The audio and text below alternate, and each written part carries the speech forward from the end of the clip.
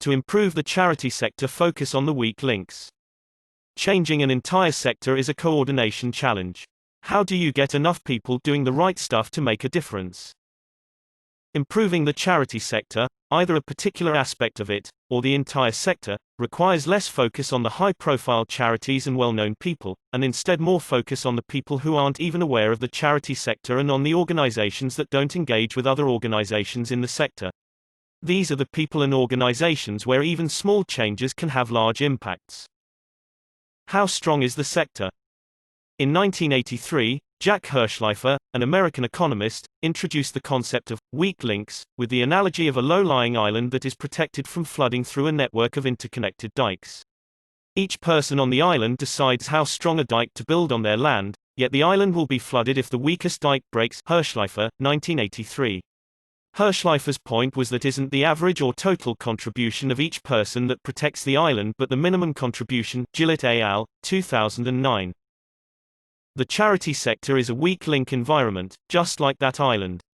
The strength of the protections it builds for society and the environment against inequalities and destruction are not the average of all the efforts of the sector, they are only as strong as the weakest part of that defense. The world only gets better if it gets better for everyone. If it were a strong link environment, then all beneficiaries would benefit from the success of the biggest and most successful charities, but of course they don't. The young man in Southampton who needs support to tackle his drug addiction only benefits from the success of those charities that support him. Because the charity sector lacks any strong coordination mechanisms, Riedel, 2011, and because its success for society is dependent on the minimum contribution, we can apply the lessons of game theory and what it tells us about weak links to improving the sector. If we accept the charity sector is a weak link environment, then we have to ask, who are the weak links? Who are these people? Is membership of the charity sector through self-identification? If you work in HR and identify with the role of a HR professional, the closest circle to the individual, then which sector you work in is almost irrelevant to you. You can work in the charity sector or the hospitality sector. If you identify with working for a particular organization, or even particular cause, but you don't self-identify as part of the charity sector because your awareness only doesn't extend that far, then should you be counted as a member of the charity sector?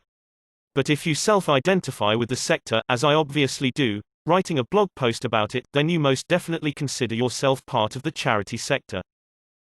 I would suggest, counter to perhaps what the diagram looks like it might suggest, that there are far more people who work in the charity sector than those who self-identify as working in the charity sector.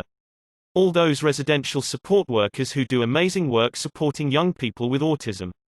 All those finance analysts and gardeners and developers and cleaners.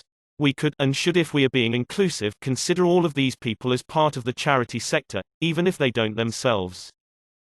So, the best way to improve the charity sector, for everyone who is part of it, is to make lots small improvements for the majority, for all those people who don't take any notice of the sector and all those charities that just get on with providing services for people. This is where the minimum contribution occurs. This is where the strengthening is most needed. This is where we should focus our efforts for improving the sector. Making improvements for the small minority of visible people and organizations might look like it's improving things, but if it doesn't improve things for everyone, then is it really an improvement?